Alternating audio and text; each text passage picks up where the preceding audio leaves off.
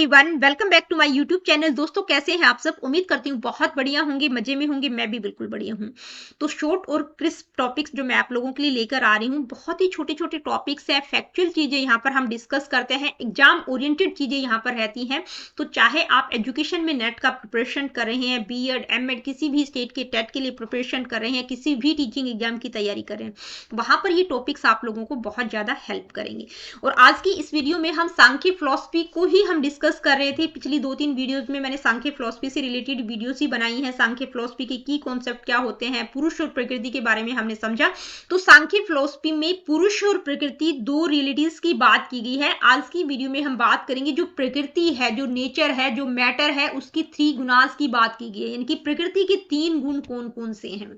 The सांख्यिक philosophy explains that प्रकृति nature consist of 3 gunas, 3 qualities की बात की गई है। 3 गुण कौन कौन से हैं? सत्व गुण, रजस और तमस। ठीक है, यहाँ इमेज में भी आप देख सकते हैं।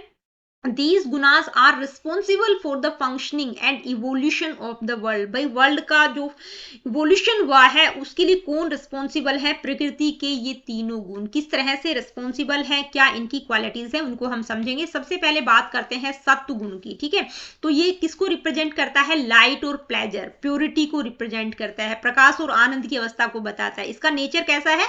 रिप्रेजेंट्स प्योरिटी, लाइटनेस और हार्मोनी। कैरेक्टरिस्टिक्स क्या क्या होंगी भाई? क्लैरिटी, नॉलेज और पीस को बढ़ाता है। हेल्प इन अपवर्ड और positive tendencies like blazing fire और द राइज ऑफ वेपर। जैसे भाप है वो हल्की होकर ऊपर उड़ती है तो मतलब हल्कापन महसूस होता है। हल्कापन का मतलब प्योरिटी की बात की गई है, लाइटनेस की बात की गई है। ठीक है, एसोसिएटेड विद व्हाइट कलर, किससे रिप्रेजेंट किया जाता है? इसको व्हाइट कलर से रिप्रेजेंट किया जाता है। प्योरिटी, पवित्रता से मतलब इसको हम रिप्रेजेंट करते हैं।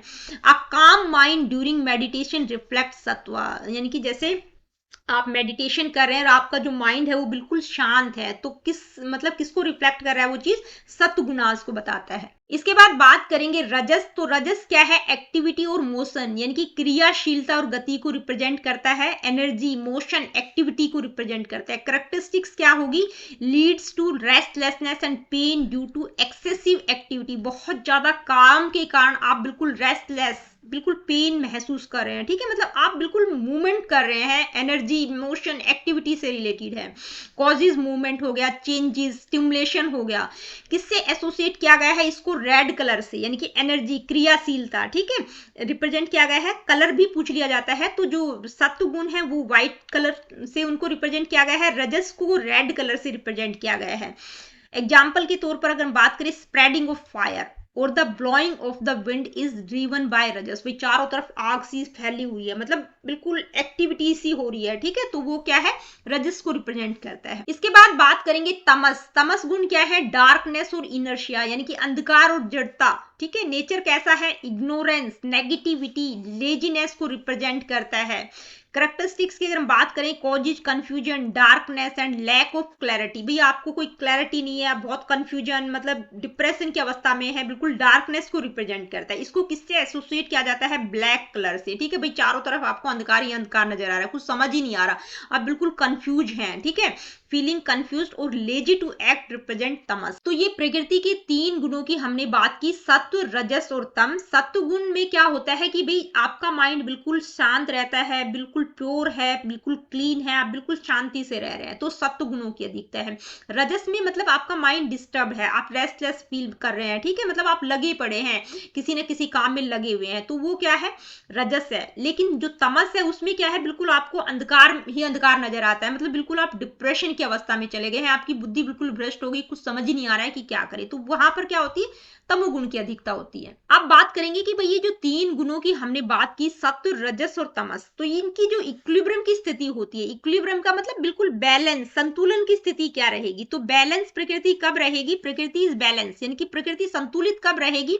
प्रकृति exist in a state of equilibrium, यानी कि इक्विलिब्रियम की स्टेट में प्रकृति तभी होगी जब ये तीनों गुण सत्व, रजस और तमस आर बैलेंस, बिल्कुल बैलेंस रहेंगे, कोई भी ऊपर नीचे नहीं रहेगा, कोई एक दूसरे को डोमिनेट नहीं करेगा। ठीक है, बैलेंस रहेंगे तो प्रकृति कैसी रहेगी? बैलेंस रहेगी। Just like balance diet has all nutrients, prakriti is balanced when all gunas exist together without domination. I hope आपको समझ आ गया होगा क्रिएशन एंड इवोल्यूशन, भाई सृष्टि का विकास कैसे होगा?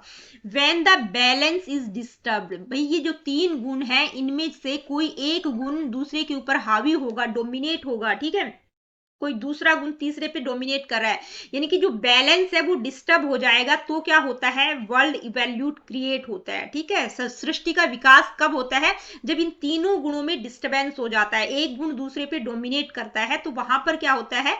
इवोल्यूशन होता है, क्रिएशन होता है। अब ये जो क्रिएशन या इवोल्यूशन होता है इसके 2 टाइप होते हैं, एक होता है स्वरूप परिणाम और दूसरा होता है विरूप परिणाम। स्वरूप परिणाम हम क्या कहते हैं? यानी कि होमोजीनियस चेंजेस, यानी कि एक जैसे चेंजेस होते हैं, यानी कि जो ये 3 गुणाज हैं, जब एक जैसे सत्व का सत्व से मिलन होता है, रजस का रजस से, तमस का तमस से, तो वहां पर कोई न्यू क्रिएशन नहीं होता, ठीक है। मतलब ये जो गुण है आपस में ही मिल रहे हैं, भाई सत्व सत्व से मिल रहा है, रजस रजस से मिल रहा है, तमस तमस से, तो कोई क्रिएशन वहां पर नहीं होता। इसको हम क्या कहेंगे? होमोजीनियस चेंज या स्वरूप परिणाम।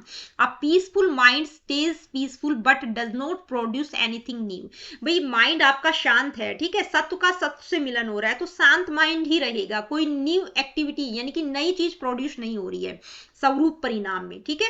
दूसरा है विरूप परिवर्तन, ठीक है। विरूप परिणाम या विरूप परिवर्तन हम इनको कहेंगे या हेट्रोजीनियस चेंजेस कहेंगे।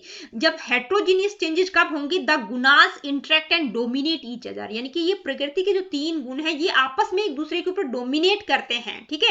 यानी कि सत्व रजस के ऊपर हावी है, या रजस तमस के ऊपर हावी है, या तमस रजस के ऊपर हावी है, ठीक है, आपस में एक दूसरे के ऊपर डोमिनेट करते हैं, तो जो क्रिएशन होता है यानी कि न्यू ऑब्जेक्ट क्रिएट होता है, इसको हम क्या कहेंगे? This stage marks the beginning of the world's evolution.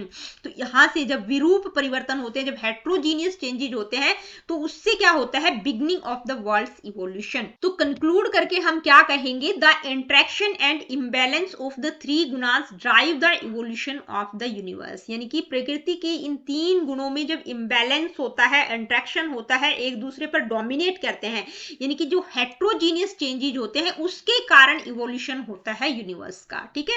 तो सत्व ब्रिंग्स क्लैरिटी, रजस ब्रिंग एनर्जी और तमस ब्रिंग्स रेस्ट। आई होप प्रकृति के 3 गुण कौन कौन से होते हैं, स्वरूप परिणाम और विरूप परिणाम क्या होता है, ये भी आपको समझ आ गया होगा। तो मिलती हूँ आप लोगों से अपनी अगली वीडियो में। Really good, take care of yourself. देखिए वीडियो सेशंस आप लोगों को पसंद आते हैं तो please like share and do subscribe the education classes. किसी प्रकार का क्वेश्चन क्वेरीज फीडबैक आप मुझे देना चाहते हैं, do comment in the comment section.